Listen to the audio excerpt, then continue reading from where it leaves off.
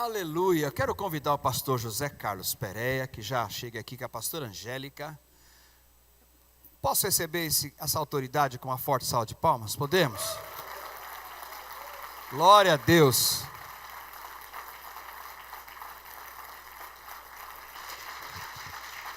Amém, obrigada.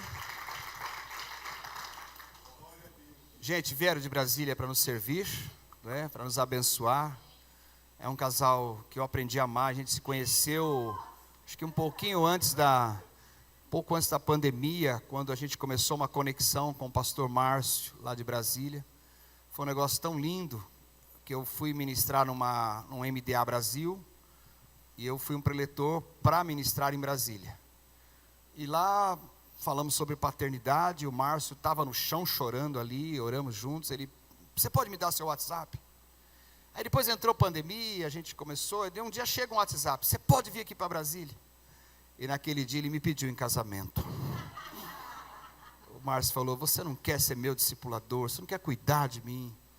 Eu falei: rapaz, mas olha aí o tamanho da sua igreja, rapaz, olha aí a potência que você é. Eu falei: não, mas eu quero um pai, eu quero alguém que fale na minha vida, que cuide de mim.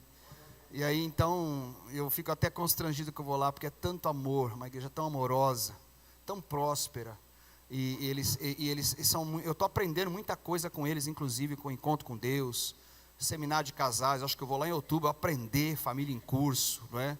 E hoje ele vai nos ensinar sobre finanças, né? Um homem que tem autoridade nesta área. Então eu queria que você realmente recebesse, abrisse teu coração. Eu poderia chegar e falar: eu vou lá para Brasília e vou lá aprender com o pastor José Carlos. Toda hora eu estou lá, ele me convida. Mas é que eu quero que você seja exposto a essa unção também, né? Quando a gente traz alguém aqui, não é porque a gente quer fazer um evento na igreja, não. É que a gente quer expor o seu coração para a mesma unção que a gente tem recebido. Eu podia ser muito egoísta e falar: não, vai ficar só para mim, só para mim. Eu e a Débora, a gente vai lá e aprende tudo, faz um curso com eles, lê os livros que eu já li todos, e não sei o que. Não, mas eu quero que você seja exposto nisso, né? Você receba essa transferência. Amém? Estenda a tua mão para cá, vamos. Eu não vou nem pedir para abençoar, porque eles são tão abençoados, mas é que realmente Deus possa usá-los de uma forma sobrenatural. Amém? Pai querido, no nome de Jesus, nós recebemos em honra nessa casa de oração, nessa casa apostólica, nessa igreja local. Nós temos, nesse momento, queremos receber em honra a vida do José Carlos, a vida da pastora Angélica, e que eles possam ser voz para nos abençoar. Nós recebemos, Pai, em nome de Jesus. Amém, amém, amém.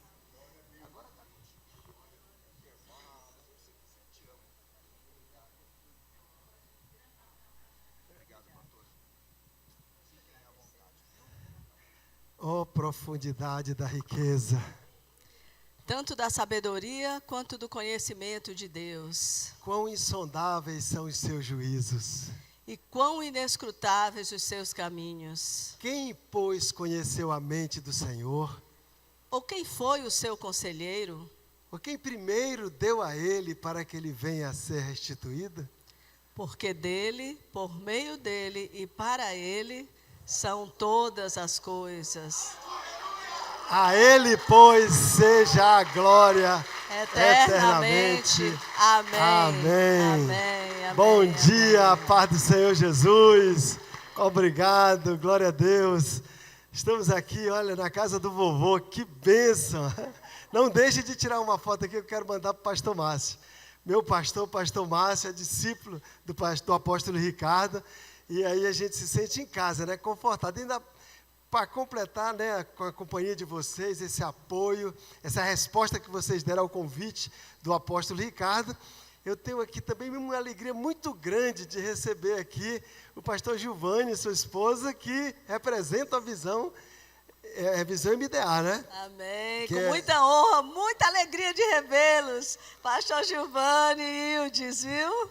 Bom demais muito ter obrigado. vocês aqui. Vocês nos honraram muito com a presença de vocês. Eu sei da ocupação. Podem sentar, por favor. O pastor Márcio,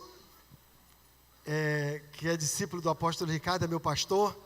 Ele nos concedeu essa honra de estar aqui representando a Igreja Adã. e compartilhar com vocês alguns princípios sobre finanças. Mas eu primeiro gostaria de passar para minha esposa, Angélica, né? Podemos nos apresentar também, né? Eu sou José Carlos Perea. Eu sou Angélica. Nós somos casados há 42 anos. Glória a Deus. Graças, literalmente, a Deus. Temos 3 filhos, 2 genros, 1 nora e 3 netinhos. Estamos nessa caminhada com o Senhor há 31 anos, né? Então, pelas contas aí, vocês já perceberam que nós vivemos 10 anos casados, mas sem os princípios bíblicos, sem conhecermos o desejo de Deus para a família, o desejo de Deus para o casamento, né? E, normalmente, eu sou uma pessoa que eu pensava, na minha mente humana, eu casei para ficar casada. Eu tenho um grande exemplo dos meus pais foram casados durante 64 anos. Então, apesar de muitas dificuldades, eles permaneceram casados. Então, eu tinha esse propósito. E casamos apaixonados, mas depois de 10 anos, com muitas dificuldades, 3 filhos, eu trabalhava fora, trabalhava na Caixa Econômica, trabalhava bastante. O Zé Carlos sempre muito ausente, nós fomos descobrindo no nosso dia a dia como nós éramos diferentes. Ele tinha uma maneira de ver, ele queria crescer, ele queria ser rico, ele queria voar alto, e eu não, eu queria ter a minha vida tranquila, sossegada, dar um passinho de cada vez, nunca gostei de correr risco, e à medida que a gente caminhava, né, como casal, a gente foi percebendo essas diferenças e fomos nos afastando. Veio primeiro a nossa filha Raquel, depois tivemos o Felipe e depois a Júlia. E à medida que os anos passavam, mais distantes nós íamos ficando. Ele sempre com os seus sonhos, abriu empresa, engenheiro civil, abriu construtora, cresceu, prosperou e foi se afastando de casa. E eu, como tem aqui mulheres que trabalham fora e têm crianças, devem imaginar o que é você trabalhar mais de 8 horas por dia com 3 crianças pequenas. Essa era a minha vida, tampando ali todas as necessidades e, claro, ressentida, porque tudo era mais importante, né, para o Zé Carlos do que a família. Ele sempre tinha uma viagem importantíssima, um negócio para fechar, uma reunião inadiável, e eu sozinha. E os anos foram passando. Eu costumo dizer que nós éramos como 2 linhas paralelas, que andam juntas, mas não se encontram. E os anos foram passando, e 10 anos depois, um dia, depois de uma das inúmeras discussões que nós tínhamos, ele chegou para mim e disse assim: Angélica, eu tenho que te confessar que a construtora está falida, eu estou devendo em muitos bancos, eu não tenho como pagar, e há 4 anos eu estou dependente de química, eu estou viciada em drogas. Assim de uma vez, sabe? E eu costumo chamar a atenção para o seguinte: como que um casal está morando na mesma casa, dormindo na mesma cama, e o marido está há 4 anos viciado em drogas e a esposa não sabe? Vivemos isso. Então, às vezes, você não olha para o lado, você está tão absorvido com tanta coisa, que você não percebe o que está do seu lado. E quando ele me contou aquilo, a minha reação foi, eu falei: olha, Zé Carlos, para mim chega, eu já estou até aqui com você. Você que se envolveu nessa confusão, você que saia. Eu só vou esperar terminar o ano letivo, vou voltar para Fortaleza. Eu sou cearense, nós nos casamos em Fortaleza, mas morávamos em Porto Velho, que é a cidade dele. Falei: só vou esperar terminar o ano letivo, vou voltar para Fortaleza e você que fique aí. Resolva a sua vida. E acabou aquele amor, aquele propósito de casamento eterno. Por isso que hoje eu digo assim com toda segurança: casamento para durar feliz, para durar, né, durar muito, mas sendo feliz só com Jesus. Porque um casamento pode até durar sem Jesus, mas ele não é feliz. Ou pode ser até um pouco feliz, mas ele não dura muito também sem Jesus. Então, quem une essas duas coisas importantíssimas para um relacionamento são os princípios bíblicos, é convergir para Jesus. Né? Quanto mais o marido e a esposa se aproximam de Jesus, mais se aproximam um do outro. Então, como a gente não conhecia, eu disse, olha, você se envolveu nessa confusão, você saia, eu vou voltar para Fortaleza. E nós nos separamos. E ele, nesse dia dessa discussão, olhei para ele e falei assim, olha, eu não quero nunca mais falar sobre esse assunto de droga. E não quero nunca que os meus filhos saibam que o pai deles é o homem que você é. E aí, com essa frase, ele saiu de casa. E o meu primeiro sentimento, quando ele saiu, foi de alívio. Sabe o sentimento assim, me livrei de um problema. Não contava com ele para nada mesmo. Eu posso sustentar minha casa, meus filhos. Ele não me ajudava em nada. Os dias foram passando, a gente não se falava, e eu comecei a um pouco repensar a atitude, pensar que eu podia ter ajudado, podia ter tentado fazer alguma coisa, e nada, e não fiz, e fiquei já com esse outro sentimento, e o tempo passando, os meses, ele longe, e depois eu comecei a sentir saudade dele. Descobri que eu continuava apaixonada, eu queria ele de volta, mas ele não falava comigo. Uma vez eu tentei falar com ele me deu maior fora, disse que não voltava mais para casa, que a gente não tinha mais nada a ver um com o outro. E eu não sabia o que fazer. Queria o meu marido de volta. Uma coisa que me machucava muito era quando as crianças perguntavam isso. Mamãe, quando é que papai volta para casa? E eu não tinha resposta. Até que 6 meses depois da separação, um dia ele ligou lá para casa, perguntando se eu aceitava recomeçar. Se eu aceitava ele voltar para casa. Eu não sabia, mas lá nessa cidade onde ele estava, em Boa Vista, Roraima, ele tinha tido uma experiência com Deus. Ele tinha recebido, né, Jesus Cristo como Senhor e Salvador. E mergulhou na Bíblia e logo entendeu que família é projeto de Deus, que era vontade de Deus que ele voltasse para casa. E aí eu aceitei, ele voltou, nós recomeçamos. E logo tivemos esse chamado para trabalhar com família. Os nossos filhos, um a um, eles foram também tomando a decisão deles, de receber Jesus, de seguir a Cristo. E em 2013, a gente estava de férias e... Vamos dar o testemunho completo, né? Eu estou dando um resumão aqui só para contextualizar a nossa vida, tá? Mas acho que amanhã a gente dá completo. Em 2013, em Fortaleza, a gente estava de férias, ele acordou um dia e disse assim, o Zé Carlos sempre foi sonhador, sabe? E ele brinca que eu é que puxo ele para botar o pé no chão, porque ele está sempre... Aí ele acordou um dia e disse assim, Angélica, eu vou escrever um livro. Aí eu disse, sobre o quê?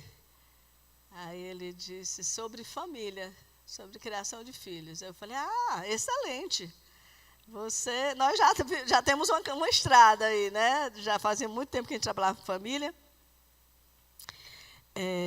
Porque, queridos, eu aprendi uma coisa, que antes, eu falei que ele era sonhador, ele sempre foi sonhador. Aumentou um pouco depois que ele recebeu Jesus, mas ele sempre foi sonhador. E eu lembro que quando ele chegava em casa com um projeto, Angélica, eu estava pensando em fazer isso. Aí eu olhava ali, né, via que o negócio não estava muito bom, falei, isso não vai dar certo, não. Não sabia eu o poder da palavra, né? O que vocês acham que acontecia? Não dava certo. Então, e eu ainda às vezes achava bom, né, quando não dava certo, que era para dizer que eu tinha razão. Eu não disse que não ia dar certo.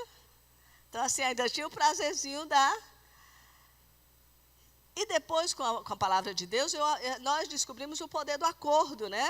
O poder de estar junto. E quando ele me disse que ia escrever um livro sobre família, eu falei, irmão, vai dar certo, muito bom. Nós já temos uma caminhada. E em 45 dias ele escreveu esse livro, A Herança do Homem Sábio, que fala sobre, em primeiro lugar, o relacionamento individual com Deus, de cada um com Deus. Depois, um pouco, ele pincela sobre o relacionamento do casal. E o seguinte, sobre criação de filhos.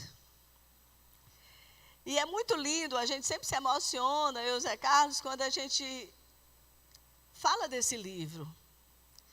Porque aquele mesmo homem que um dia saiu de casa, eu dizendo para ele que não queria nunca que os meus filhos soubessem que o pai deles era o homem que ele era, hoje, pelo poder de Deus, através desse livro, ele ajuda muitos outros pais a criarem seus filhos.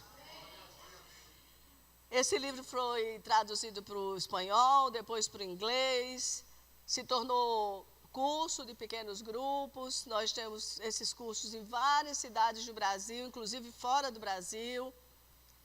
E somos muito gratos a Deus. Ele fez, como sempre, infinitamente mais daquilo que nós pedimos ou pensamos. Depois ele decidiu escrever um livro sobre finanças, que vai ser a base do nosso seminário. Né? Um livro que o Zé Carlos é doutor em finanças, mas esse livro não trata de técnica financeira, ele trata de comportamento financeiro. Né? Então, vocês vão ver como é muito prático, totalmente com base na palavra de Deus. Né? Como a Bíblia fala de administração financeira, né? De dinheiro e administração financeira. E, por último, esse aqui foi em 2016 que ele lançou, e, por último, em 2019, em parceria com um amigo nosso que é nutrólogo, médico, ele escreveu A Saúde do Homem Sábio. Porque nós dois queremos viver muito bem em família, né, amor? Queremos viver muito bem financeiramente, mas queremos viver muito para poder usufruir, né, não? Então, com qualidade de vida. Então, estamos aqui hoje. Como disse o apóstolo Ricardo, é nós na casa do vovô, né? Diz que na casa do vovô pode tudo. Então, estamos muito felizes e tenho certeza que o que a gente vai viver hoje durante esse dia e amanhã, vai abrir muitas expectativas na nossa mente, sabe? Vai quebrar paradigma, vai nos ver como esse tema de dinheiro, de administração financeira é importante. É importante para a igreja, é importante para a família e é importante individualmente, para cada um de nós, para empresas. Obrigada. Excelente introdução, glória a Deus por isso. Queridos, vamos botar o slide para a gente começar aqui o nosso tema. Por que falar de dinheiro na igreja? Eu queria, assim, fique à vontade para usar o teu celular para anotar, tá bom? Você pode anotar, tirar foto dos slides. Se você tiver um caderno, uma caneta, anote também. Eu fui sempre aquele aluno nerd, né? Que senta na frente, que anota tudo. Então, sempre foi esse foi um dom que Deus me deu. Se você me der um prazo em um tema, pode marcar a prova que eu me saio bem. Eu tenho esse dom, essa facilidade de estudar. Né? Já não sou a mesma coisa nos negócios. Fazer negócio já não é mais comigo. Se eu quero vender uma coisa, eu já demonstro logo que eu quero vender. Se eu quero comprar, eu já digo que já valorizo demais o que o cara quer vender. Eu não sou bom de negócio. Mas Deus dá dom para cada um, né, específico. Cada um tem uma inteligência específica. Ninguém é mais inteligente do que ninguém. Eu sou bom de estudo. Eu acho que a gente aprende quando a gente anota, quando a gente fixa bem aqueles conceitos que são passados para nós. Que existe uma diferença entre aprender e conhecer. Você, aqui, nessa manhã, você vai aprender, mas você só vai conhecer quando você praticar o que aprendeu. Você aprende e pratica. Quando você pratica, você conhece.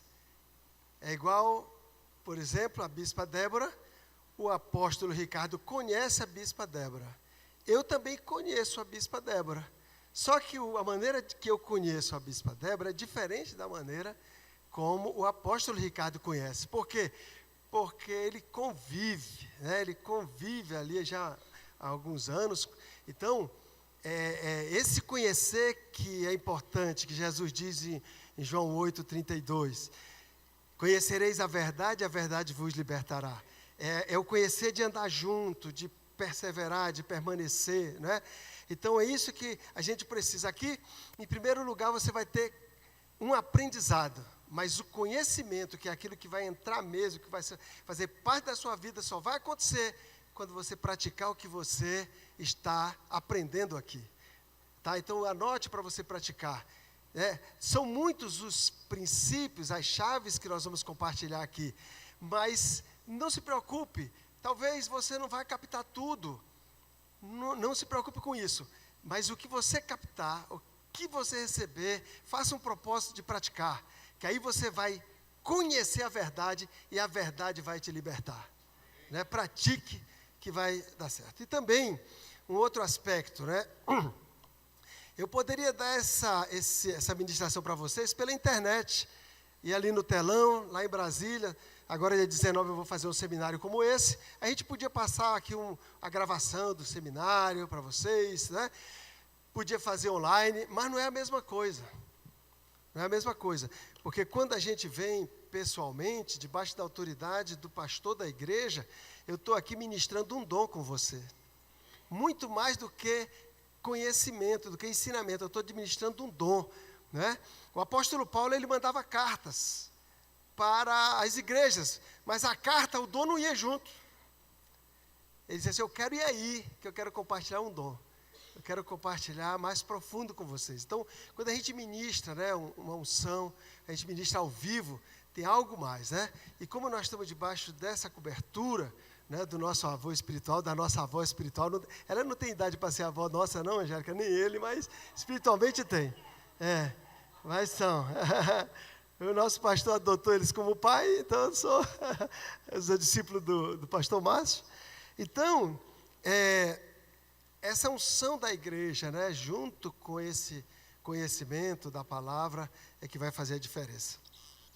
Quero também compartilhar com vocês, nessa introdução, antes de entrar propriamente aqui, porque falar de dinheiro na igreja, o que está em Jeremias 29:11, um texto muito profundo, muito lindo, que ele diz, eu é que sei os pensamentos que tenho a vosso respeito, pensamentos de paz e não de mal, para vos dar o fim que desejais. Então me invocareis, passareis a orar a mim, e eu vos ouvirei. Buscar-me-eis e me achareis, quando me buscardes de todo o vosso coração. Né? E eu creio que vocês hoje aqui, né, estão buscando de todo o coração. Vocês saíram no sábado de manhã de casa, vocês deram um passo de fé, respondendo ao chamado do apóstolo, e vocês decidiram, eu vou. Então vocês estão buscando de todo o coração, e vocês vão achar. Né? No reino de Deus, o principal destino de Deus para nós são as promessas bíblicas.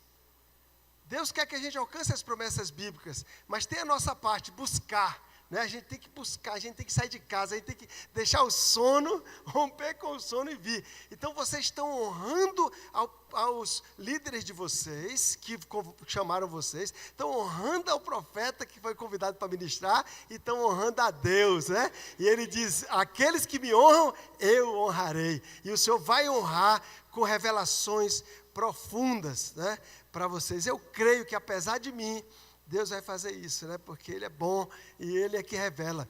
Né? Também eu tenho certeza absoluta que o nosso mestre é o Espírito Santo. Né? Eu vou compartilhar aqui a palavra com vocês, a unção, mas é o Espírito Santo que ensina, que bota luz lá no nosso espírito, né? Que vai abrindo nossos olhos espirituais para a gente compreender coisas profundas e ocultas que a gente ainda não sabia. Né? Então, vamos estar atentos ao que o Espírito Santo vai falar para nós. Então, falar de dinheiro na igreja é tão importante, porque dinheiro é espiritual e a igreja trata de temas espirituais. Igreja é um tema muito importante no reino de Deus. E a igreja é o agente do reino para estabelecer a cultura do reino de Deus na terra, né? Então, a igreja ela precisa assimilar a cultura do reino, né? A gente participa do culto para assimilar a cultura do reino. O culto, ele estabelece a cultura do reino. Quando nós temos um culto na palavra de Deus, a gente assimila a cultura do reino. E o que é a cultura? A cultura é o modo de agir, de reagir, de ver as coisas, as perspectivas, não é o que a gente acha certo, o que a gente acha errado. Nós temos naturalmente uma cultura natural, uma cultura do mundo. Por que nós temos uma cultura natural do mundo? Porque nós crescemos nesse mundo, não é vendo a televisão desse mundo, vendo os programas, os cinemas, a escola, as amizades. Então, tudo que a gente aprendeu na nossa família, com os vizinhos, na escola, tudo é uma cultura que foi estabelecida sobre a nossa vida. E aí, quando a gente se converte, nós temos que agora assimilar a cultura do reino, não é? Nós temos, no momento em que nós nos convertemos, no momento em que Jesus entra na nossa vida, né? Nós voltamos aqui para o começo, né? Nós nos reconciliamos com o Pai, nos tornamos aqui filhos de Deus, né? E agora nós temos uma outra cultura, que é a vontade de Deus, né? Não mais a vontade do mundo, a vontade da família, a vontade do conhecimento do professor, mas agora a vontade de Deus que se cumpre no céu, se cumpra perfeitamente na terra, que era como acontecia antes do pecado, lá com Adão e Eva. Não é? Por isso que Jesus ensina a gente a orar, que seja feita a tua vontade na terra, assim como é feita no céu. Ou seja, Deus quer que a gente viva plenamente a cultura do reino aqui. E a cultura do reino, ela tem vários aspectos. E um dos aspectos importantíssimos é a questão financeira. Como lidar aqui, no reino de Deus, depois de reconciliado com o Senhor, como lidar com o dinheiro? Qual o lugar certo do dinheiro? Qual a perspectiva que nós devemos ver e nos relacionar com o dinheiro? Então agora eu preciso reaprender. E esse reaprendizado de você sair da cultura natural para ir para a cultura do reino chama-se arrependimento. Chama-se metanoia. É isso que é se arrepender, é mudar a perspectiva, mudar a maneira de ver, mudar a forma de compreender as coisas, né? Então, quando eu deixo de pensar em dinheiro como eu aprendi no mundo natural e começo a pensar em dinheiro de acordo com a perspectiva do reino, eu estou mudando a minha mente, eu estou me arrependendo, eu estou deixando de pensar de uma maneira para pensar de acordo com a cultura do reino. É tão importante, tão desafiador isso, porque não depende de inteligência. Tem pessoas muito inteligentes, muito brilhantes, mas não conseguem mudar a mentalidade, não conseguem mudar a atitude, o comportamento, não é? E a questão no reino é uma questão de atitude, de comportamento, de mudar aqui dentro a maneira de ver o mundo, ver as pessoas, se relacionar, não é? Então, nós precisamos nos arrepender. Por isso que João Batista, quando ele chega pregando, ele já chega dizendo, o que João Batista diz? Arrependei-vos. Por quê? Porque é chegada agora a cultura do reino, é chegado um novo reino. Arrependei-vos, ou seja, deixe de pensar como tu está pensando agora, e agora tu vai pensar como um cidadão do reino, como um filho de Deus, né? Tu vai ter uma nova identidade. Isso é que o João Batista estava dizendo. E a primeira pregação de Jesus também foi a mesma coisa. Ele chega já dizendo, olha, arrependei-vos, porque o reino de Deus é chegado. Arrependei-vos, ou seja, muda a maneira de pensar, muda a tua mentalidade, porque agora nós temos um reino novo, com nova cultura, né? Com nova constituição. Essa é a constituição do reino de Deus. Então nós temos essa graça, né, de ter acesso à constituição do reino e entender a cultura do reino, como é que se pensa em dinheiro no reino de Deus. É isso que nós vamos ver aqui. Como é que a gente vai pensar, como é que nós vamos nos relacionar, qual a nossa atitude com respeito ao reino. Então, a Bíblia considera tão importante o dinheiro, a relação nossa com os bens materiais é tão importante, que a Bíblia trata 2.400 vezes sobre esse tema. É muito mais do que oração, é muito mais do que perdão. Oração e perdão são temas fundamentais da nossa fé. Mas fala em dinheiro muito mais. Billy Graham dizia que se alguém adquire a atitude correta com relação ao dinheiro, ele está apto para resolver quase todas as outras áreas da vida dele. Né? Então é um desafio importante para a igreja. Falar de dinheiro na igreja é tão importante que Jesus, quando ele mostrou para nós, no Sermão da Montanha, quem concorria com Deus no nosso coração, quem era capaz de concorrer com Deus no nosso coração, ele disse que são as riquezas materiais, os bens materiais, o dinheiro. Então a concorrente de Deus no nosso coração não é o diabo. O maior concorrente de Deus é o dinheiro, a riqueza material. Né? É a única entidade que Jesus chama de Senhor. Quando ele diz, vocês não podem servir a dois senhores, a Deus e as riquezas materiais. Então há uma força muito grande. É por isso que nós precisamos tratar desse assunto na igreja. Esse é um assunto relevantíssimo na igreja. Não é? Se nós fôssemos olhar pela quantidade de citações, era o tema que pode ser tratado em todos os cultos de domingo, e ainda sobrava tema para tratar ainda mais do que um ano. Não é? Porque é muita coisa que tem sobre esse tema. E um outro motivo porque nós devemos tratar esse tema na igreja é que mais da metade, isso é estatística que é inclusive citada no nosso livro, não é? As Finanças do Homem Sábio. Como eu tenho esse perfil de pesquisador, por causa da minha formação, eu sou muito cuidadoso com as citações. Eu não digo assim, tantos por cento, estatística diz, a ciência... Não, eu cito o documento onde eu fui à fonte para adquirir essa informação. Então, 56% dos divórcios, dos conflitos dos casamentos estão relacionados com problemas financeiros. Tanto por ter muito como por ter pouco. Porque não é uma questão de ter muito ou pouco, é a questão da atitude correta. Então, mais da metade. Então, mais um motivo para tratar desse assunto na igreja, não é? Porque imagina o reflexo que é isso. Um casal que se dá bem, que consegue se organizar bem financeiramente, ele tem muito menos chance de ter problemas, de ter divórcio, de ter conflitos, do que um casal que não administra bem financeiramente. Né? E também eu gostaria de enfatizar um versículo. O apóstolo Paulo, ele fala a Timóteo, ele falando a Timóteo, ele diz que o amor ao dinheiro é a raiz de todos os males. Imagina isso. O amor ao dinheiro é a raiz. Está aqui, primeira epístola a Timóteo, capítulo 5, capítulo 6, versículo 10. Porque o amor ao dinheiro é a raiz de todos os males. E alguns, nessa cobiça, se desviaram da fé e a si mesmos se atormentaram com muitas dores. Olha só, vamos fazer de conta que aqui nós temos uma árvore. E essa árvore, só fazendo de conta, é todos os males da humanidade. Daqui saem as guerras, aqui sai a prostituição, o tráfico de drogas, assassinatos, repúdios, divórcios. Né? Dessa árvore tem aqui vários ramos e frutos, que são todos os males da humanidade. Traição, adultério, mentira, corrupção, todos os males da humanidade.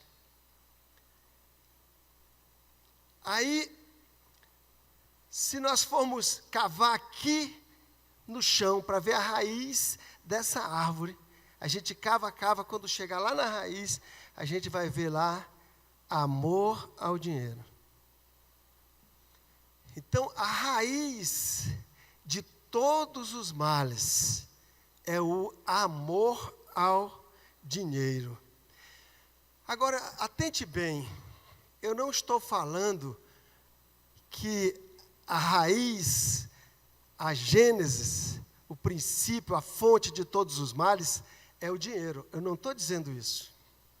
Eu não estou dizendo que é o dinheiro, mas é o amor ao dinheiro. Como é que nós sabemos se nós amamos o dinheiro? Tem pessoas que amam o dinheiro e não sabem. Nós vamos falar sobre isso. Como nós sabemos que nós amamos o dinheiro? Né? Nós servimos aquele que nós amamos, Jesus disse. Né? Nós servimos, nós nos submetemos àquele que nós amamos. Então, o amor ao dinheiro, ele é a raiz. Dessa raiz do amor ao dinheiro, sai todos os males. Então, nós, na cultura do reino, que nós combatemos? Todos os males, não é verdade? Na cultura do reino, nós combatemos todos os males. E se nós temos a chave, que a raiz de todos os males está no amor ao dinheiro, se eu cortar essa raiz e matar essa planta, eu já ganhei muita coisa, não foi? Eu já vou estar bem legal na fita, né? Então, olha só que chave que é dada para nós. Então, nós precisamos descobrir o que é esse amor ao dinheiro, devemos investigar, nos dedicar, não é? Ir na igreja, ouvir seminários, pregações, se envolver com esse tema, porque se eu conseguir isso, eu já consegui muita coisa. Eu já dei um passo enorme em direção ao reino de Deus.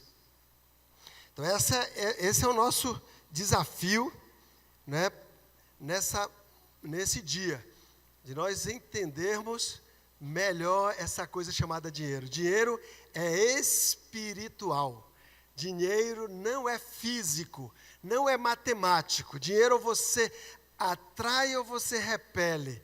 Dinheiro, ele foge, né? Dinheiro é algo vivo, dinheiro é sangue, dinheiro é sacrifício, né? Então, é uma coisa importantíssima dentro da igreja. Então, guarde isso. Quando alguém disser assim, esse pastor só fala em dinheiro, você diz, rapaz, o pastor está precisando falar mais, está falando pouco ainda em dinheiro. Sabe por que tem seminário, negócio de dinheiro na igreja? Né? Porque tem gente que diz, não, eu não vou misturar esse tema de dinheiro é tão carnal, né? E fala na igreja, se fosse carnal, a Bíblia não falava tanto nesse tema. Jesus, metade das parábolas de Jesus se relacionava a dinheiro e bens.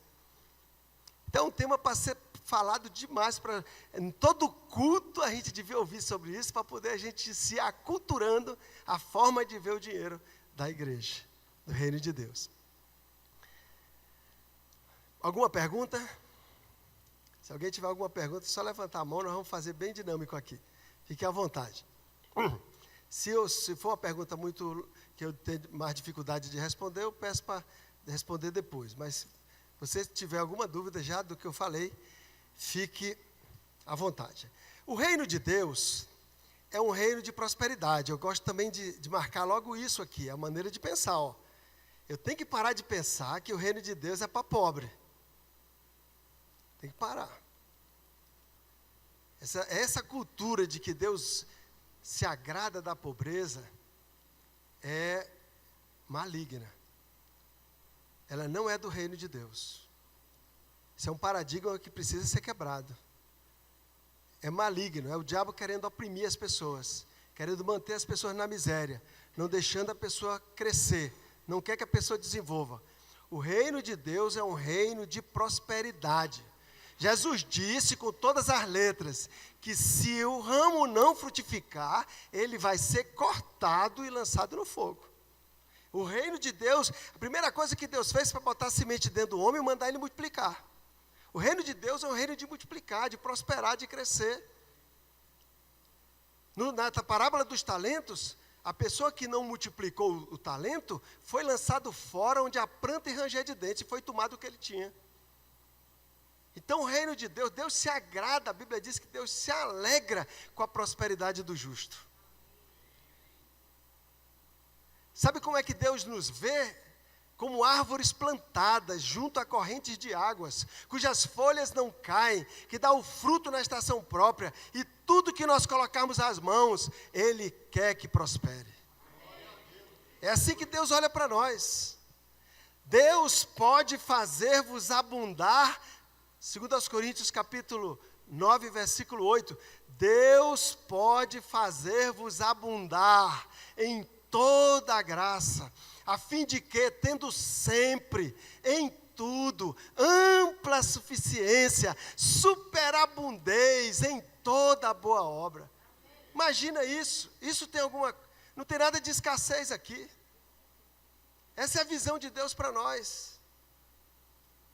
Deus pode fazer-vos abundar.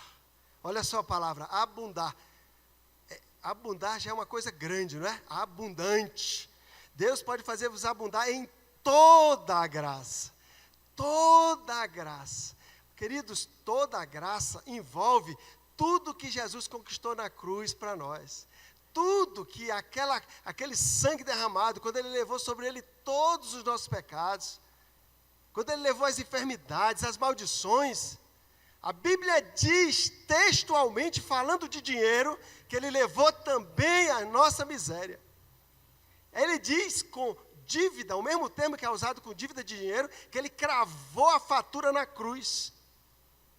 Foi paga a fatura. Eu gostaria de colocar esse texto aqui, por favor, Isadora. 2 aos Coríntios, segunda epístola de apóstolo Paulo aos Coríntios, capítulo 9, capítulo 8, versículo 9. Capítulo 8, 9, eu acho que é esse. É porque é outro texto. Aqui, ó. Pois, ele falando aos coríntios, que os coríntios já sabiam disso, mas ele estava lembrando. Pois conheceis a graça, diga a graça. Ele não disse lá em 2 Coríntios capítulo 9, versículo 8, que ele quer que a gente abunde em toda a graça. Então ele está dizendo aqui, vocês conhecem a graça de nosso Senhor Jesus Cristo, que sendo rico, se fez pobre por amor de vós. Se fez pobre, Jesus, sendo rico.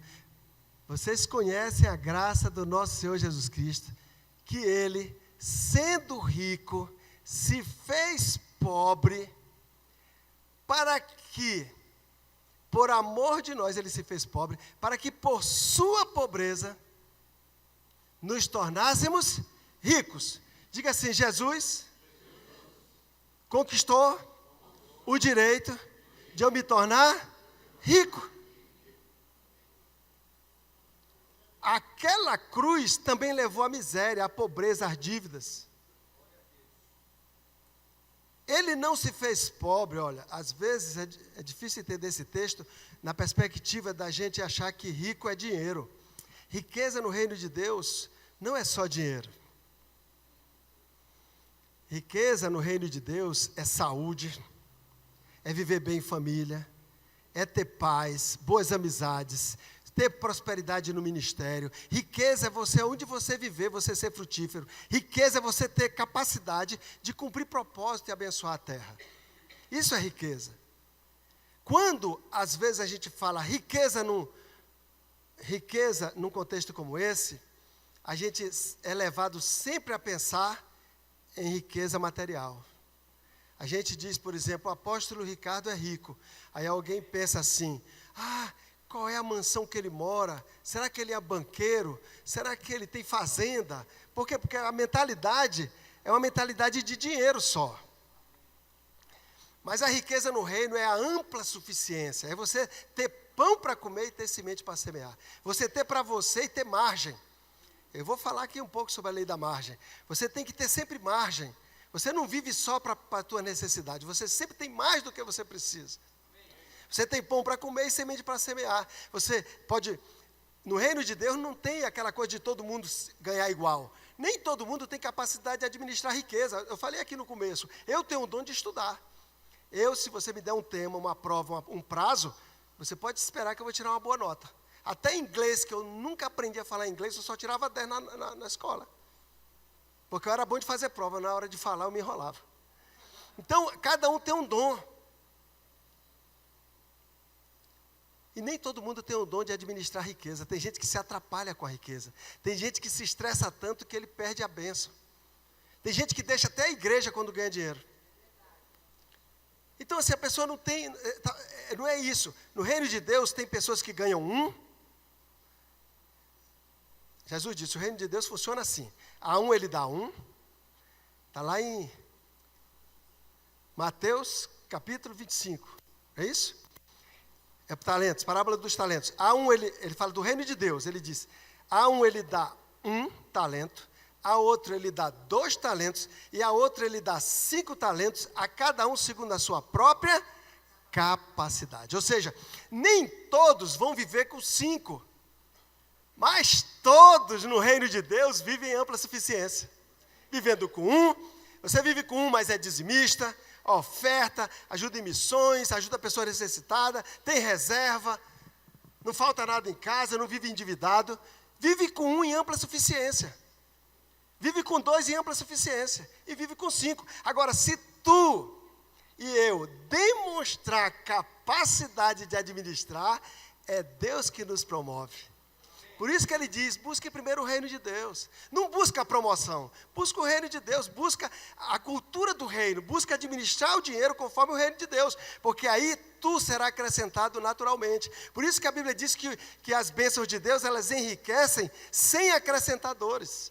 Porque você vai sendo promovido, né? Se atentamente ouvires a voz do Senhor teu Deus, tendo cuidado de guardar todas estas palavras que hoje te ordeno, o Senhor te exaltará sobre todas as famílias da terra, e virão sobre ti, e te alcançarão todas estas bênçãos. Bendito serás tu na cidade, bendito serás tu no campo, bendito será o fruto do teu ventre, o fruto dos teus animais, bendito o fruto da tua terra, bendito serás tu ao entrares, e bendito serás ao saíres. E o Senhor, aleluia, aleluia, e o Senhor te abençoará, abrirá o seu bom tesouro, o céu, para mandar chuva na tua terra no tempo certo, e abençoar todas as obras das tuas mãos. E tu emprestarás, e tu doarás a muitas pessoas, porém tu não precisarás tomar emprestado. Glória a Deus, que bênção, né? Glória a Deus, glória a Deus. Então, esse é o que Deus quer, por isso que Jesus diz, busca primeiro o reino. Buscar em primeiro lugar o reino, é você buscar em primeiro lugar, viver a cultura do reino. Então, se você estuda, buscar a cultura do reino na família, e você pratica, você vai viver o reino de Deus em casa.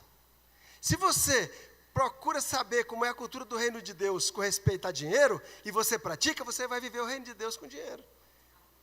Então, você vai desfrutar das promessas de Deus para você naquela área em que você cruza o Jordão e entra na terra prometida.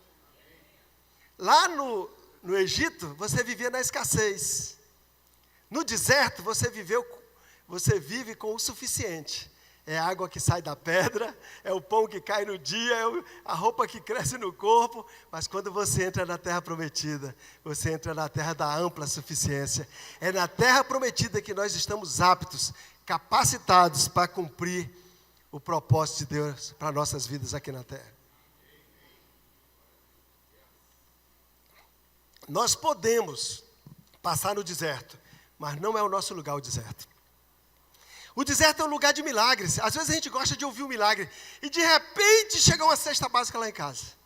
Estava sem comida e chegou uma cesta básica. Aí você diz, não, eu estava com uma conta para pagar na segunda-feira, não tinha dinheiro, não sabia o que fizesse. Aí quando eu cheguei na segunda-feira no escritório, entra o dinheiro, que era exatamente o valor da conta. Aí todo mundo dá glória a Deus, aleluia. Meu irmão, glória a Deus e aleluia mesmo, mas aquilo é deserto. E nós não fomos chamados para viver no deserto, nós fomos chamados para viver na terra que mana leite e mel. O nosso lugar é na terra prometida, onde há casas que nós não construímos, poços que nós não cavamos, olivais que nós não plantamos. Esse é o nosso lugar. Viver na terra prometida, viver em ampla suficiência, irmão, é mais do que um privilégio. Viver em ampla suficiência na terra prometida é mais do que um privilégio. É uma responsabilidade. Viver em ampla suficiência é viver o que Jesus conquistou na cruz para nós. Jesus conquistou o direito de nós estarmos no domínio, no controle, na ampla suficiência. Foi conquistada naquela cruz. A mesma cruz que levou os nossos pecados. A mesma cruz que nos reconciliou com o Pai. A mesma cruz, o mesmo sangue derramado que levou nossas enfermidades, levou também a nossa miséria. Reino de Deus é um reino de prosperidade. Então, nós devemos, irmão, ter essa responsabilidade. Nós devemos buscar realmente o reino de Deus nessa área financeira. Buscar, porque é uma conquista de Jesus. Ele conquistou esse direito para nós. Então eu não posso aceitar viver nada menos do que Jesus conquistou para mim. Tudo foi dado. Então essa mentalidade que a gente vai ter que ir quebrando, né, tirando, mudando a mentalidade, que é o arrependei-vos. É ótimo quando a gente faz o apelo, a gente vem chorando na frente. Quantas vezes eu já vim chorando na frente até hoje? Né, as pessoas tocam, a palavra toca, faz o apelo, eu venho. Mas se eu chorar aqui e sair ali, não mudar, não praticar, eu não me arrependi. Eu até chorei, talvez até um remorso. A Angélica disse que eu digo para a Angélica, que lá nos Encontros com Deus para Homens, não sei se vocês têm essa mesma experiência aqui, mas no Encontro com Deus para Homens é a maior concentração de gente chorando por metro quadrado que eu já vi na minha vida. Homem chora que lava o chão. As mulheres parecem que não choram tanto que nem os homens, mas os homens, rapaz, é impressionante. A Angélica disse que é porque eles têm muito pecado. Os homens aí chora mais. Meu amor, você quer essa água? Você quer essa água?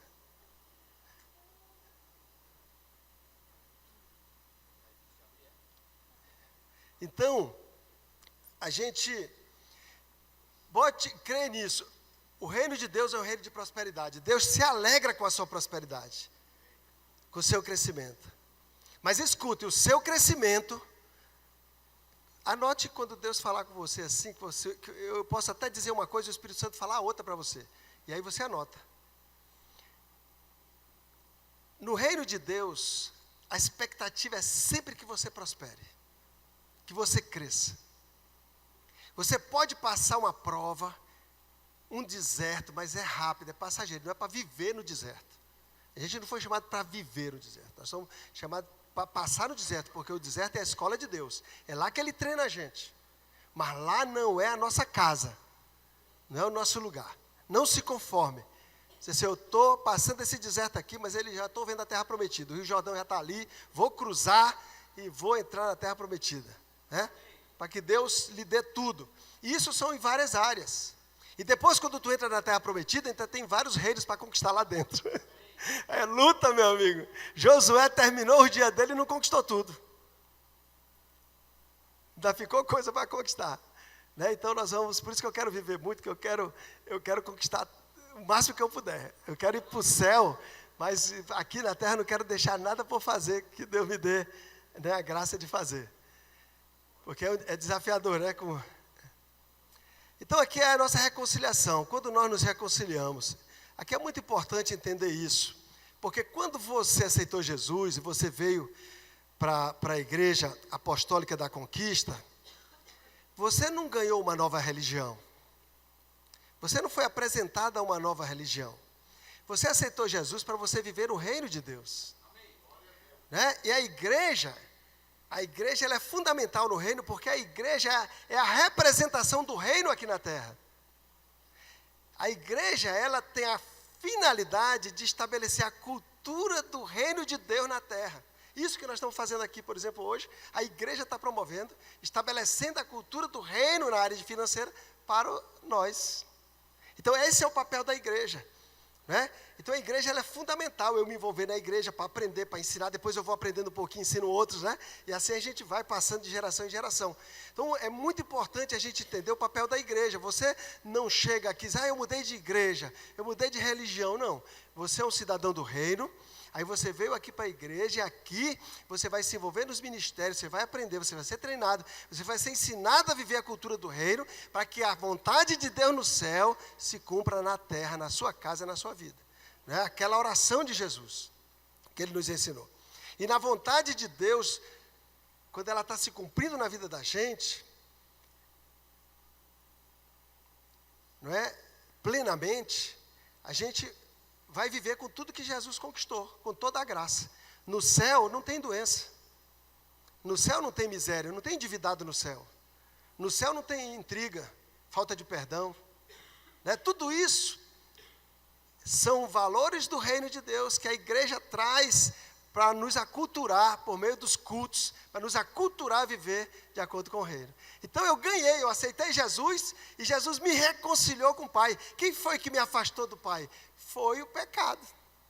Adão e Eva viviam plenamente o reino. Se você quer saber como é que funciona plenamente o reino de Deus, estude capítulo 1 e 2 de Gênesis. O capítulo 1 e 2 de Gênesis são os 2 capítulos sem pecado. É onde a vontade de Deus na terra se cumpria perfeitamente como era no céu. O homem estava no domínio. Né? Ali nós tínhamos valores e características que são próprias do reino. Então é isso, olha só, vamos ver se dá para a gente ler aqui. O reino de Deus é um ambiente perfeito para a prosperidade. Eu quero crescer, então eu tenho que buscar o reino de Deus. Então eu tenho que ir para os seminários, eu tenho que ler a Bíblia, eu tenho que meditar na palavra, eu tenho que perguntar para os mais experientes, eu tenho que pesquisar, eu tenho que ler bons livros, eu tenho que buscar o reino, e eu tenho que aprender e praticar. Aprender e praticar, sempre guarde isso. Tem muita gente que pode ter muito conhecimento, mas pouca prática, ele nunca entra no reino. Ele sabe a teologia toda, mas ele não vive o reino. Casamento desfeito, problema financeiro, questão de muita coisa, porque ele sabe muito, mas pratica pouco. Então ele não conhece, o que liberta é o conhecimento. E o conhecimento é a causa das pessoas serem destruídas, a falta de conhecimento. A ausência do conhecimento é a causa. Né? Então você hoje está aprendendo, mas você não está conhecendo. Você está só aprendendo. Como é que você vai conhecer? Quando sair dessa porta. Aí praticou, aí você conhece. Né? Então, assim, tudo que você receber aqui, aquilo que te marcar, faça um propósito. Eu vou praticar. Eu vou viver, eu vou revisar isso, eu vou ler mais sobre isso, eu vou buscar mais o reino de Deus, porque eu quero, não é, a prosperidade de Deus. Eu quero que Deus me prospere, eu quero que Deus abençoe a minha prosperidade, irmão. Uma das coisas que mais frustram o ser humano é ele se empenhar em algo e não prosperar. Ele entrar num casamento e não prosperar. Ele criar filho e não prosperar. Ele ter uma empresa e não prosperar. Ele ter uma casa para sustentar. Isso frustra o homem, fica o ser humano, porque ele não nasceu para isso. Ele não nasceu para dar errado. É inerente nosso a prosperidade. Então não é uma coisa que é a teologia da prosperidade, estou inventando na igreja. É nosso, ninguém se conforma quem não está prosperando. Não tem ninguém satisfeito com isso. Por quê? Porque nós nascemos já, no primeiro momento, Deus já botou isso dentro de nós. Ele, lá no capítulo 1 de Gênesis, ele diz, olha, vocês vão crescer e multiplicar. E não é só crescer e multiplicar filhos. É crescer e multiplicar em tudo que você fizer. Né? As células, crescer e multiplicar.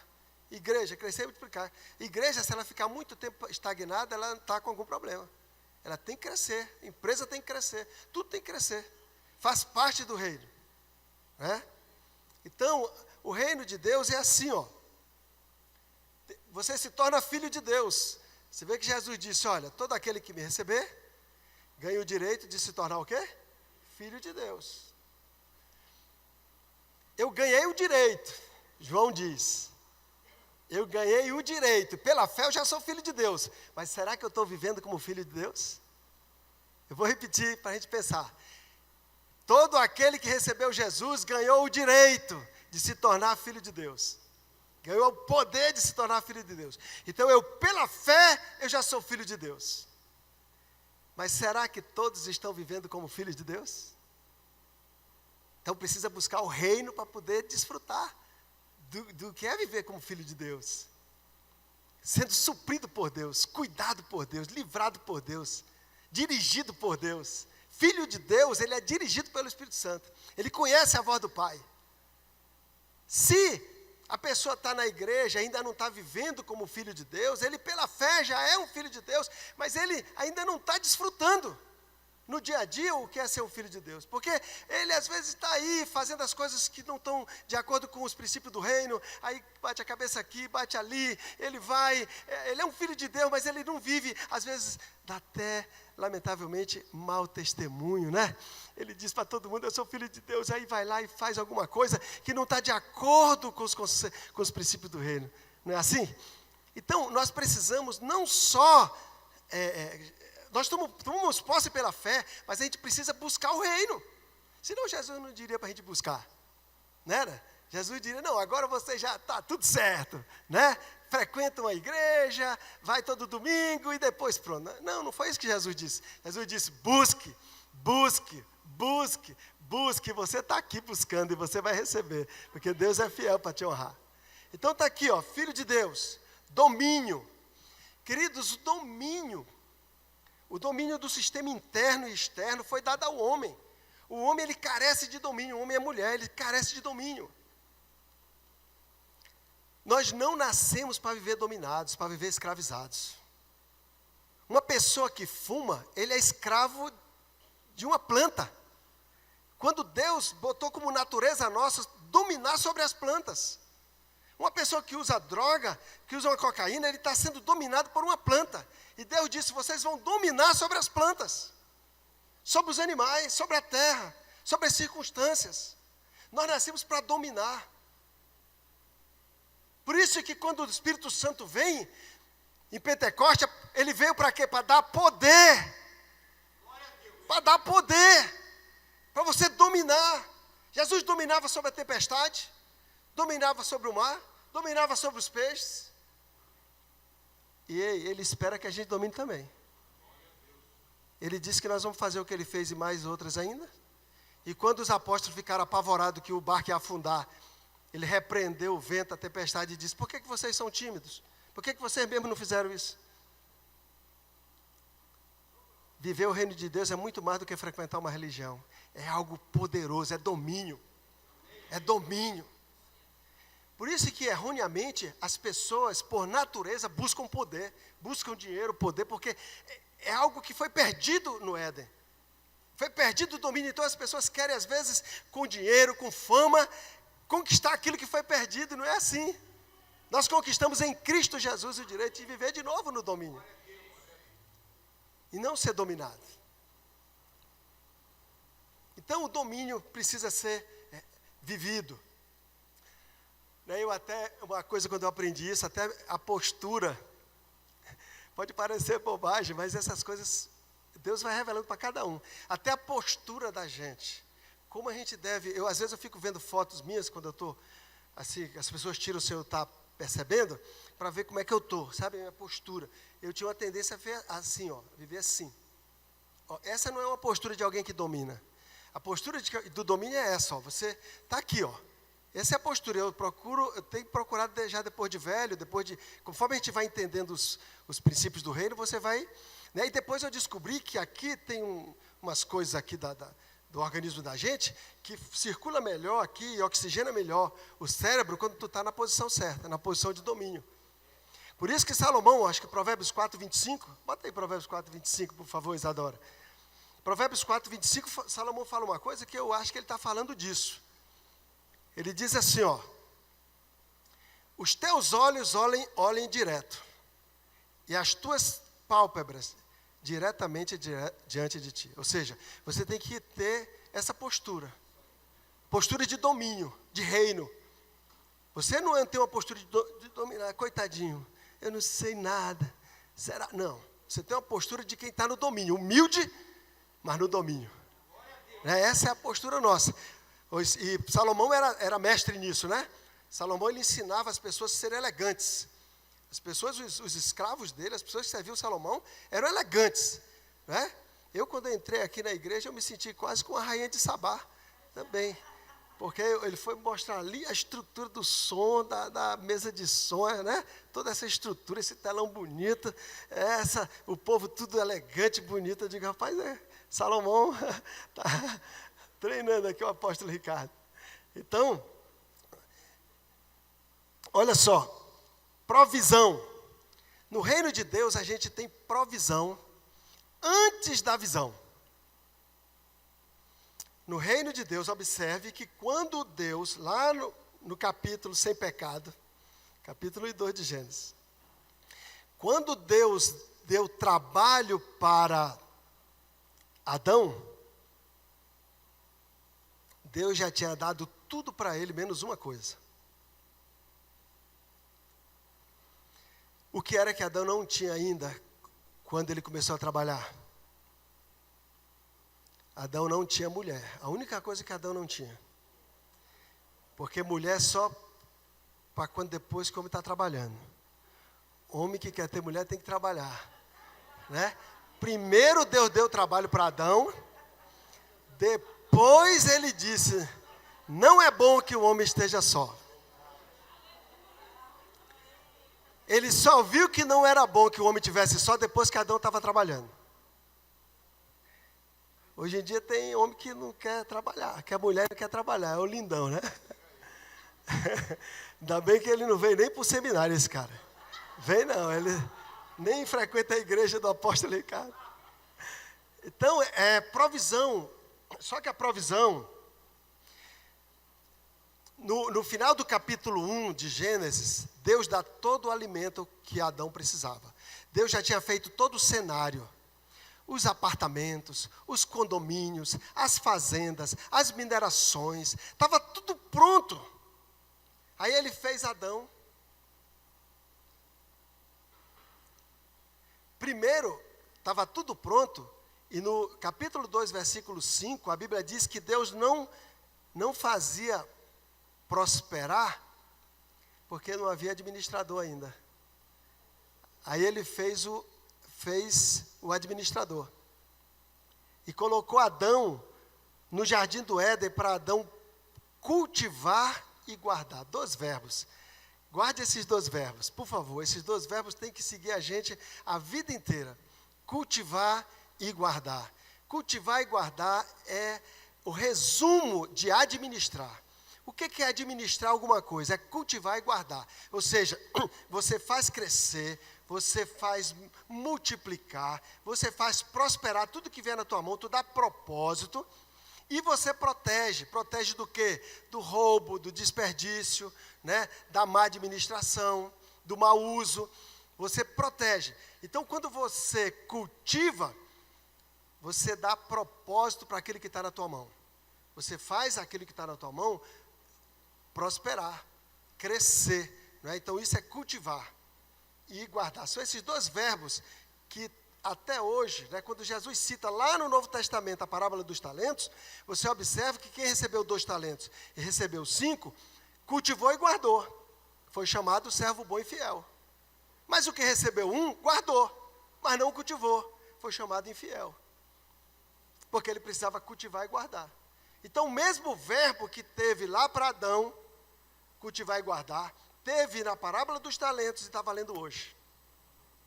Tudo que vier à nossa mão, seja uma roupa, seja uma ferramenta, seja uma joia, seja um carro, um talento intelectual, um dom físico. Porque às vezes, irmão, até a beleza física de uma pessoa tem um propósito. Para a glória de Deus. Em tudo, a capacidade de relacionamento, qualquer dom que Deus der para nós, tangível e intangível, nós devemos fazer. Nós devemos cultivar e devemos guardar. Né? Sempre. Se nós fizermos pouco caso de qualquer coisa que Deus colocou na nossa mão, nós vamos ficar como aquele, ou pior, do que aquele que recebeu um talento e enterrou. Né? Aquele que recebeu um talento e enterrou, ele não fez como alguns fazem. Pior ainda. Porque pelo menos ele guardou. E tem gente que nem guarda e nem cultiva. Desperdiça, né? Se aquele que guardou e não cultivou foi lançado fora onde há planta e ranger de dentes, aonde é que é lançado aquele que nem cultiva e nem guarda? Então é para a gente pensar. Muitas vezes tem famílias, empresas, nações que a gente sabe que vivem onde há planta e ranger de dentes. Porque não sabe isso. Não cultiva. Então nós somos chamados, a provisão ela veio primeiro. Então no reino de Deus, quando Deus te dá uma visão, Se Deus der uma visão para você, de uma empresa, de um negócio, quando Ele te dá a visão, Ele já tem a provisão. Deus revelou ao apóstolo Paulo, está lá em Efésios capítulo 1, versículo 3. Ele revelou ao apóstolo Paulo que Deus já nos abençoou com toda a sorte de bênçãos espirituais nas regiões celestiais, em Cristo Jesus. Ou seja, agora eu tenho que esticar o braço da fé para trazer essa bênção para se cumprir aqui. Bendito Deus e Pai de nosso Senhor Jesus Cristo, que nos tem abençoado com toda a sorte de bênção espiritual nas regiões celestiais. Já está pronta a provisão. Deus, Ele não dá uma visão para dar a provisão depois. Ele dá a provisão primeiro e depois Ele dá a visão. Ele primeiro deu toda a provisão para Adão, depois Ele colocou Adão para trabalhar. Então, Adão, em nenhum momento Adão trabalhou para comer. Até o capítulo 2 de Gênesis, Adão nunca trabalhou para pagar conta. Até o capítulo 2 de Gênesis, Adão nunca trabalhou para pagar a escola de menino, para fazer supermercado. Porque o trabalho de Adão não era para isso. O trabalho de Adão era para cumprir um propósito. Então, quando eu aceito Jesus e eu venho para o reino de Deus, o meu trabalho agora é para cumprir um propósito, não é mais para pagar a conta.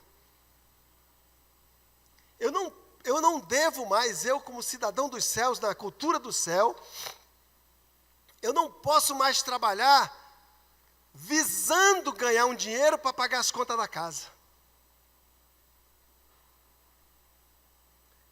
Porque agora eu sou um cidadão do reino, eu vivo a cultura do reino, a responsabilidade de suprimento do reino é do rei, não é nossa. A nossa responsabilidade é cumprir um propósito de Deus na nossa vida. O que Ele quer de nós, qual o dom que Ele deu, qual o talento que Ele deu, qual a capacitação que Ele já te deu. Ele já te deu as condições para tu cumprir um propósito para alguém. Você vive para alguém, você existe para alguém.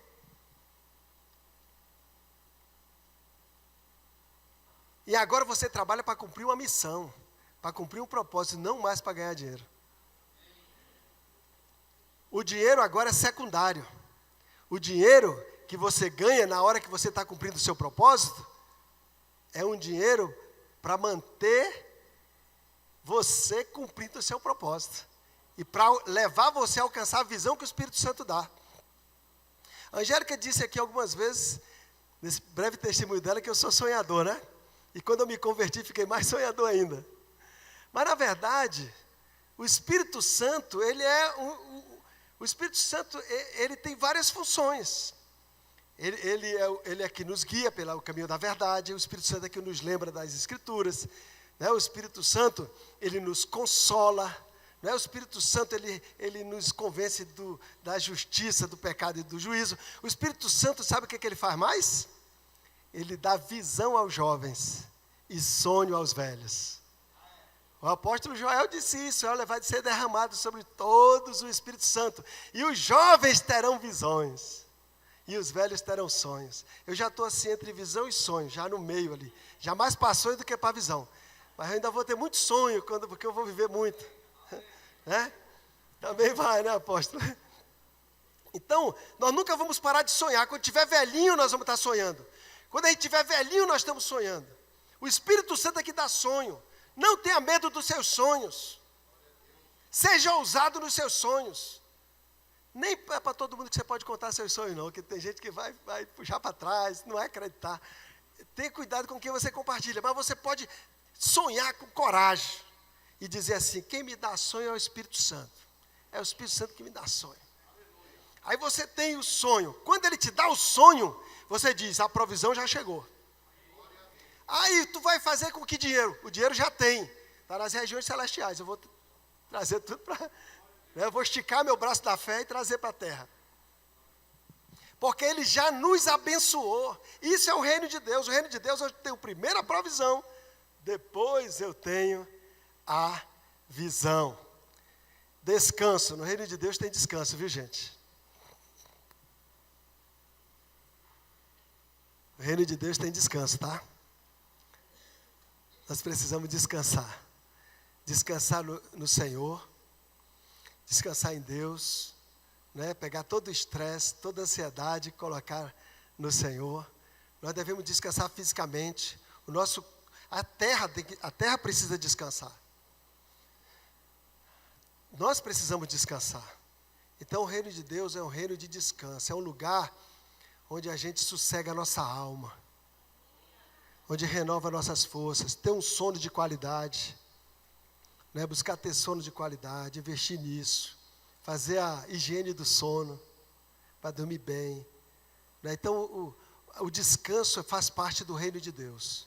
A gente tem que trabalhar muito no reino de Deus, mas também temos que descansar. Então a nossa vida tem um propósito, nosso trabalho tem que ter um propósito. Todos nós aqui temos um dom, todos nós aqui tem alguma coisa que a gente sabe fazer bem. Às vezes até a gente está querendo copiar outros, mas não queira copiar outros. Busque o que Deus já lhe deu. Se é esse o dom, é nisso que você vai abençoar a terra. É nisso que você vai transbordar sobre outras pessoas. Às vezes pode ser um trabalho simples, mas é o teu dom, tu sabe fazer bem, tu se especializa, tu estuda mais, tu vai se aprofundar naquele tema para você ser o melhor naquele assunto, você vai se dedicar para ter excelência naquele assunto. E você pode ficar tranquilo que a provisão vem junto. Dimensione bem o teu trabalho, dimensione bem o serviço que você está prestando, o produto que você negocia, o produto que você fabrica. Valorize bem ele, faça todas as contas, veja quanto, se for um bolo, veja quanto está gastando de massa, de azeite, não sei o que, açúcar, né?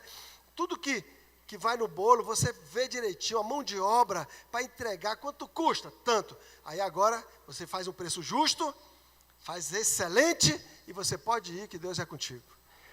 O dinheiro vai vir naturalmente, mas o dinheiro agora não é mais o principal.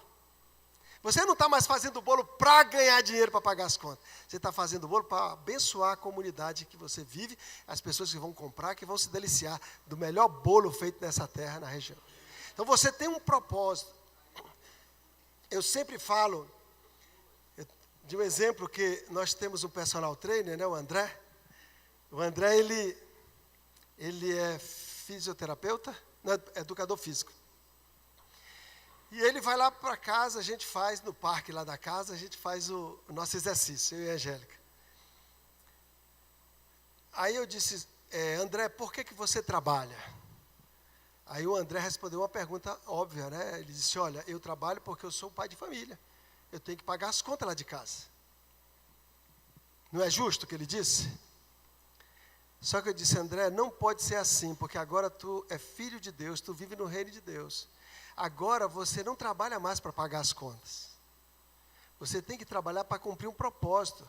O teu serviço que tu está prestando para nós tem que ser bem dimensionado para você continuar cumprindo o propósito e ainda alcançar a visão que Deus vai te dar. Porque você tem que ter propósito e tem que ter uma visão. Não é? Porque o reino de Deus é um reino de prosperidade. Então, você está aqui hoje, mas você está olhando lá na frente. Para você chegar daqui lá na frente, tu tem que dimensionar bem aqui teu produto para poder dar condição de você alcançar a visão. Então o dinheiro ele passa a ser secundário. Isso é muito importante, parece simples, mas é muito importante a gente entender isso, porque isso vai fazer toda a diferença. Você não sai mais de casa dizendo assim, eu vou buscar o pão de cada dia. Você sai de casa dizendo assim, eu vou cumprir o propósito que Deus tem na minha vida, de abençoar essa terra.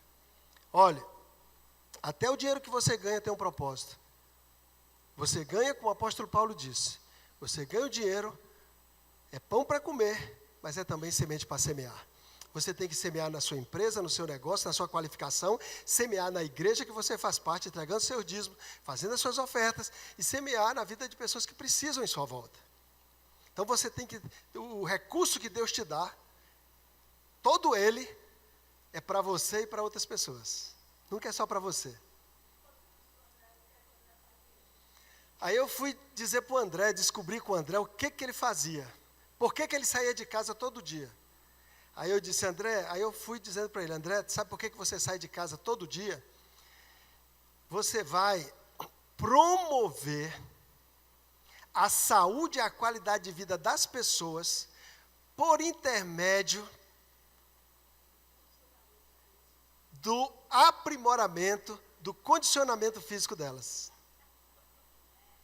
André, o que tu sai de casa para fazer? Eu saio de casa para promover a saúde e a qualidade de vida das pessoas por meio do aprimoramento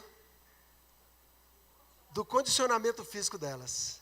Você entendeu aí como é diferente? Ele não está mais saindo para ganhar dinheiro. Ele está saindo para abençoar pessoas, com o dom que Deus deu para ele. E agora, o dinheiro que ele recebe, que deve ser bem dimensionado, e como ele faz bem feito, porque ele faz por paixão, ele tem propósito, ele já não vai olhar a pessoa mais com um cifrão. Esse paga mais, esse paga menos, esse tem dinheiro, esse não tem. Ele vai olhar para a pessoa. Essa é uma pessoa que eu vou promover a saúde e a qualidade de vida dela, por intermédio do aprimoramento, do condicionamento físico dela. Então, ele tem uma visão diferente. Aí ele pode até dimensionar melhor o trabalho dele. O trabalho dele vai ter mais valor. E aí aquele dinheiro vai servir para ele pagar as contas, para ele entregar o dízimo, para ele fazer, né, o que tem que fazer e ainda alcançar a visão que Deus tem para ele. Aí eu fiquei desafiando o André. André, onde tu quer estar daqui a 5 anos, André? Eu não sei, quantos clientes tu quer ter? Qual o segmento que tu quer se especializar? Tu não quer ter assim tu não imagina assim, daqui a 5 anos tu com um estúdio especializado, os equipamentos e tal, com profissionais de alta qualidade. Aí eu fiz ele sonhar. Então ele tinha uma missão agora e tinha uma visão. Ele sabia onde ele queria chegar. E sabia por que ele teve aquela qualificação que Deus deu para ele, né? Então esse é o reino de Deus, é assim. Propósito. No reino de Deus tem luz e transparência. No reino de Deus não tem nada escondido, porque o reino de Deus é luz. Deus é luz. E nele não há treva alguma. Então, se eu tenho alguma coisa escondida, debaixo do tapete, eu ainda estou precisando alcançar o reino. A Bíblia ela é tão enfática nisso, que ela diz que aquele que encobre o seu pecado, ou seja, aquele que encobre o seu feio, aquele que encobre as suas falhas, ele jamais prosperará. Por que ele jamais prosperará? Porque vai ter coisas em trevas, e em trevas ele não está no reino, e o reino é um reino de prosperidade. Então aquele que está em trevas, aquele que permanece ali com alguma coisa encoberta, que faz compra e esconde da esposa, a esposa compra, vai dar, tira empréstimo, a esposa não sabe, aí essas coisas, está em trevas as finanças, não tem luz, e não tendo luz não tem domínio. O domínio requer luz. Enquanto eu estou com minhas contas nas trevas, enquanto eu como casal eu não estou em alinhamento com a Angélica, ela sabendo tudo o que está acontecendo entre nós, eu estou sendo dominado, não estou em domínio. Porque quem domina nas trevas é o príncipe das trevas. Então, a luz ela é importantíssima, transparência. Por isso que quando você vai ver lá em capítulo 2, versículo 24 e 25, de Gênesis, Deus diz que Adão e Eva, eles já estavam nus e não sentiam vergonha um do outro. Havia transparência. Eles não tinham nada encoberto, eles estavam no reino, eles não tinham pecado. E no reino é um reino de luz. É tão importante para o domínio, que uma pessoa que está em trevas, ela não governa. E se ela não governa, ela está fora do reino, porque no reino eu tenho que governar.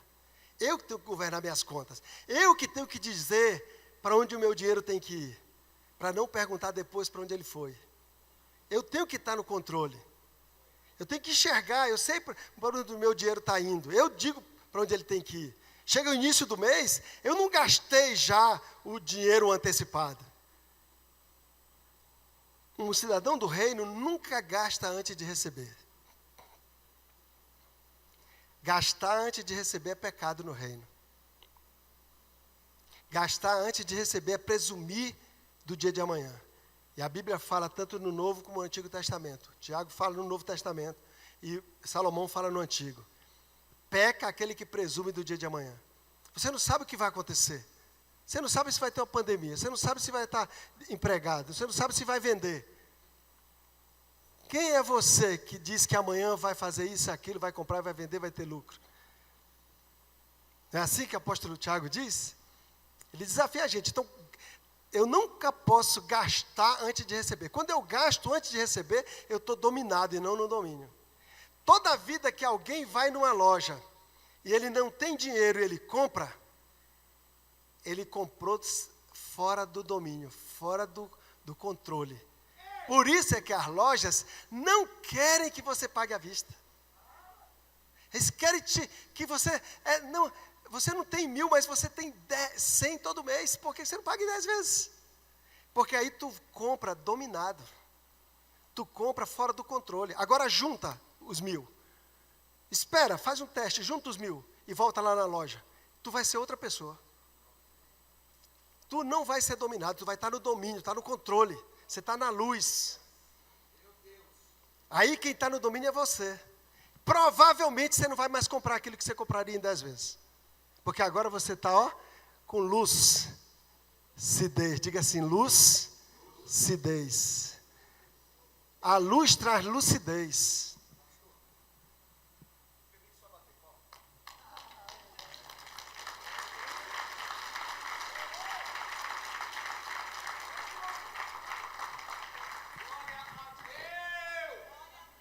Amém, amém.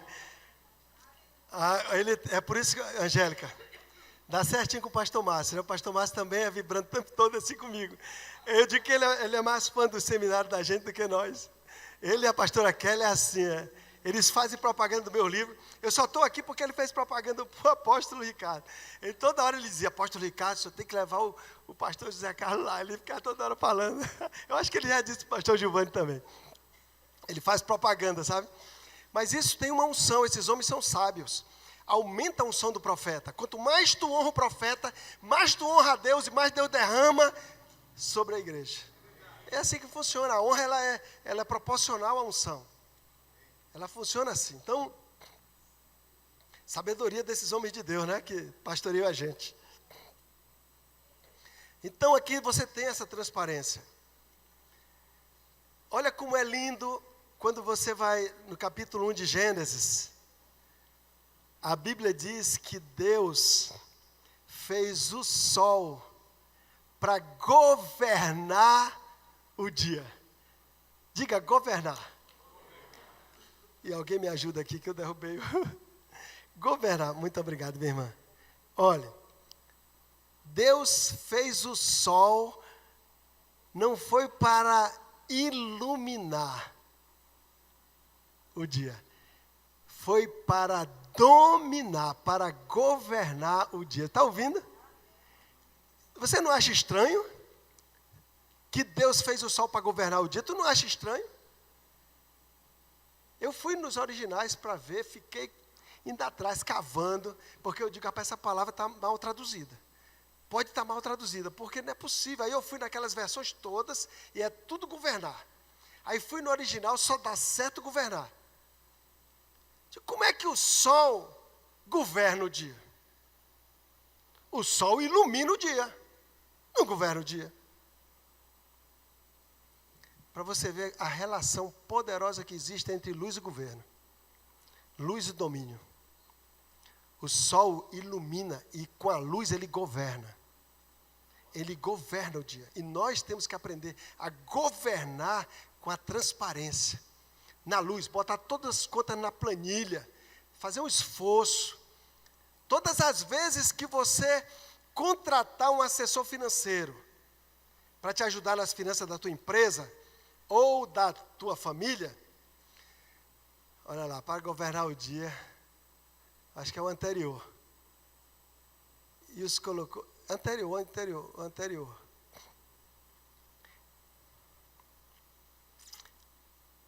Bom, aí ele está dizendo, fizeram 2 luzeiros, um para governar o dia, um para governar a noite. Mas eu acho que a Isadora aí não está acertando exatamente qual é o versículo. Obrigado. Então, mas você vai ler na sua Bíblia devagar. Está lá em todas as versões. Fez o luzeiro maior para governar o dia e o menor para governar a noite. Então, quando você contrata um assessor financeiro, alguém para te ajudar nas tuas contas, é natural, é natural para todos os casos. Ele vai pedir, me dá tuas contas aí. Quanto é tua receita? Quanto entra? Quanto são aqui os teus gastos? Aí ele vai classificar os gastos em habitação, alimentação, transporte, saúde, educação. Ele vai classificar todos esses gastos. Ele vai organizar as tuas contas. É a primeira coisa que ele faz. Escutem bem. Muitos desses assessores não sabem o que nós sabemos. Que nós sabemos que isso é um princípio do reino. Quando você traz tudo à superfície, os números, que você traz à luz, você está trazendo luz, aí você passa a estar no domínio. Quando você põe luz nas tuas contas, você deixa de ser dominado para estar no domínio. E aí quando você está no domínio, você tem mais lucidez, você raciocina melhor, você vê mais os caminhos que você deve tomar.